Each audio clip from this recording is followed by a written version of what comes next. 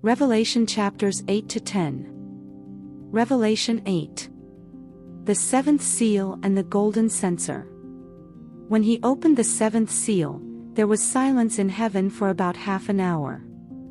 And I saw the 7 angels who stand before God, and 7 trumpets were given to them. Another angel, who had a golden censer, came and stood at the altar.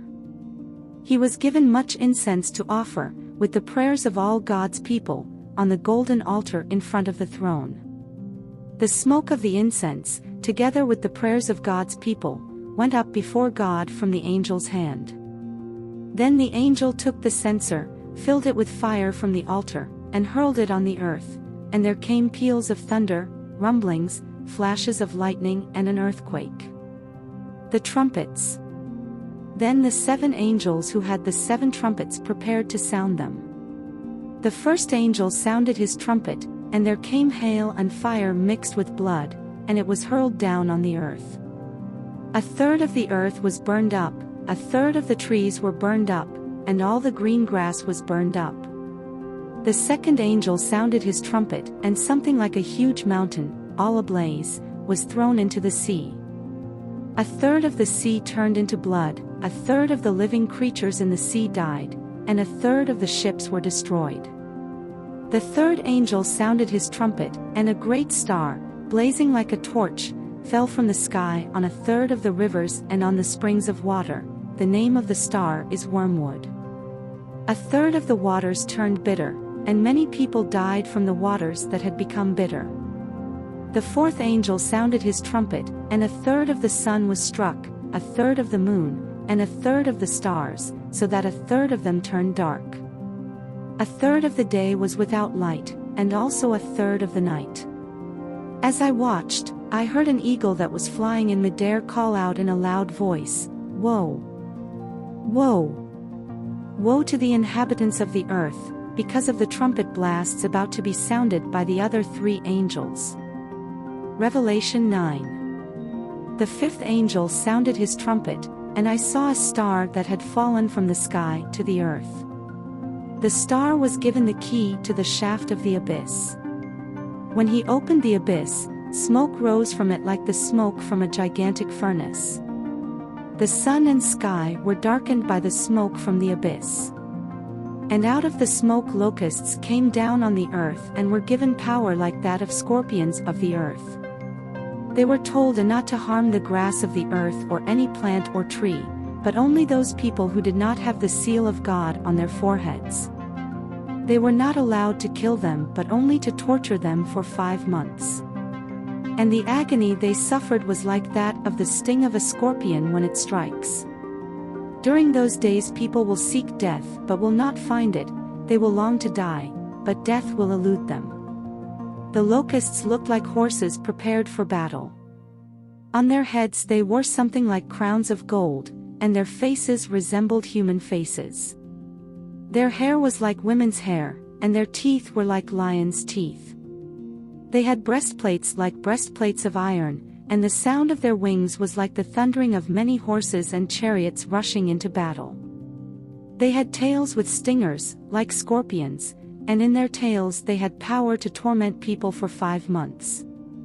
They had as king over them the angel of the abyss, whose name in Hebrew is Abaddon and in Greek is Apollyon, that is, destroyer. The first woe is past, 2 other woes are yet to come. The 6th angel sounded his trumpet, and I heard a voice coming from the 4 horns of the golden altar that is before God. It said to the 6th angel who had the trumpet, "Release the 4 angels who are bound at the great river Euphrates." And the 4 angels who had been kept ready for this very hour and day and month and year were released to kill a third of mankind. The number of the mounted troops was twice 10,000 times 10,000. I heard their number. The horses and riders I saw in my vision looked like this: their breastplates were fiery red, dark blue, and yellow as sulfur. The heads of the horses resembled the heads of lions, and out of their mouths came fire, smoke and sulfur. A third of mankind was killed by the 3 plagues of fire, smoke and sulfur that came out of their mouths. The power of the horses was in their mouths and in their tails, for their tails were like snakes, having heads with which they inflict injury. The rest of mankind who were not killed by these plagues still did not repent of the work of their hands.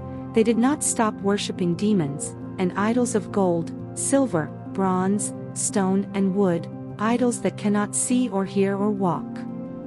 Nor did they repent of their murders, their magic arts, their sexual immorality or their thefts. Revelation 10. The Angel and the Little Scroll. Then I saw another mighty angel coming down from heaven. He was robed in a cloud, with a rainbow above his head, his face was like the sun, and his legs were like fiery pillars. He was holding a little scroll, which lay open in his hand. He planted his right foot on the sea and his left foot on the land, and he gave a loud shout like the roar of a lion. When he shouted, the voices of the seven thunders spoke.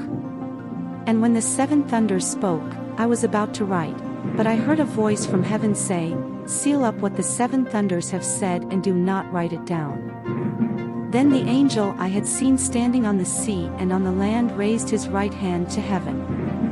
And he swore by him who lives forever and ever, who created the heavens and all that is in them, the earth and all that is in it, and the sea and all that is in it, and said, "There will be no more delay." But in the days when the seventh angel is about to sound his trumpet, the mystery of God will be accomplished, just as he announced to his servants the prophets.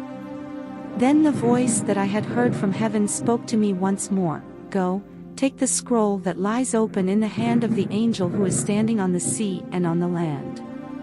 So I went to the angel and asked him to give me the little scroll. He said to me, "Take it and eat it.